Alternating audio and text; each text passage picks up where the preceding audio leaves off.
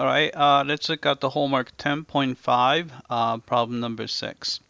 All right, so we want to use the 6-degree Taylor polynomial centered at 4 to approximate the value of f of 5, and where f of x is the square root of x. All right, so I'm going to use Geogebra here. So I'm going to open up a Geogebra. All right, and I'm going to use the, if you go to View, and I'm going to use a CAS, Computer Algebra System View, right, and open up, and I closed all the other views, right. So what you can do first is we're going to define the function f. So f of x, and then we put the colon equal, right. So make sure to put colon equal, and you have a square root of x, and then hit enter. Right? So now GeoGebra knows what the function is, right? Then we can come up with the Taylor polynomial. So I'm going to call this Taylor polynomial S sub 6, since this is a 6th order Taylor polynomial of x. And I'm going to define this as, right, command is Taylor polynomial, right? Then you just have to define, so we have a function f, and the x value is the center. Center is 4, and the order is 6, right? And then hit enter, right? Now the GeoGebra knows what the Taylor polynomial of degree 6 is, right?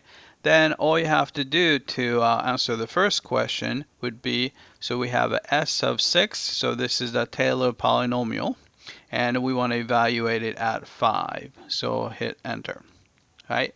So if you don't like this is just going to be a fraction, so I'm going to put something called the numeric, so we can just say numeric. Right, then if you want, we can actually specify the line number. So we want line 3, and then hit enter, right?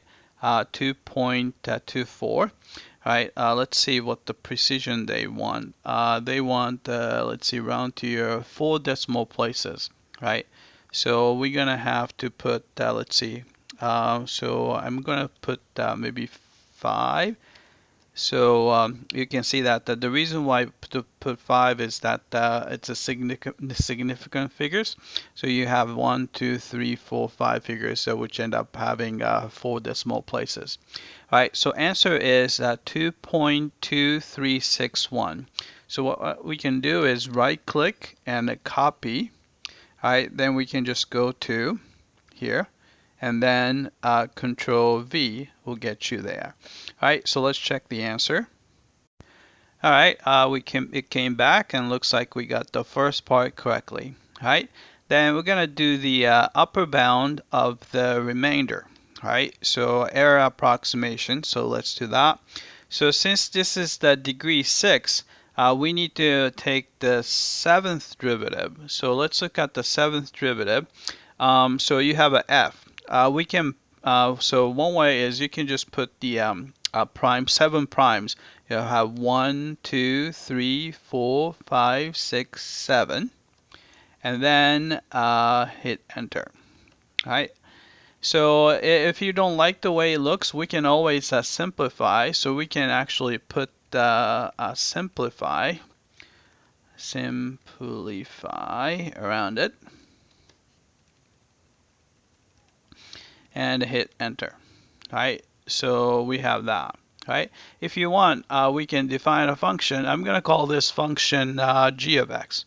So g of x, and colon equals, so we define a function g of x. Right? Then we know that the remainder is going to be the 7th derivative, and we're going to try to find the largest possible value. And remember that it's going to be between 4, which is a center, and 5 is the number we plug in. So between 4 and 5, largest possible value would happen at 4.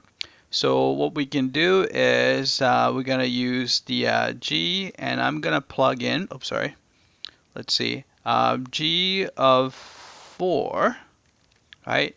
Then we would have to divide by n factorial, in this case, sorry, n plus 1 factorial. So it's going to be, so it's a 6 polynomial, so it's going to be 7 factorial, right?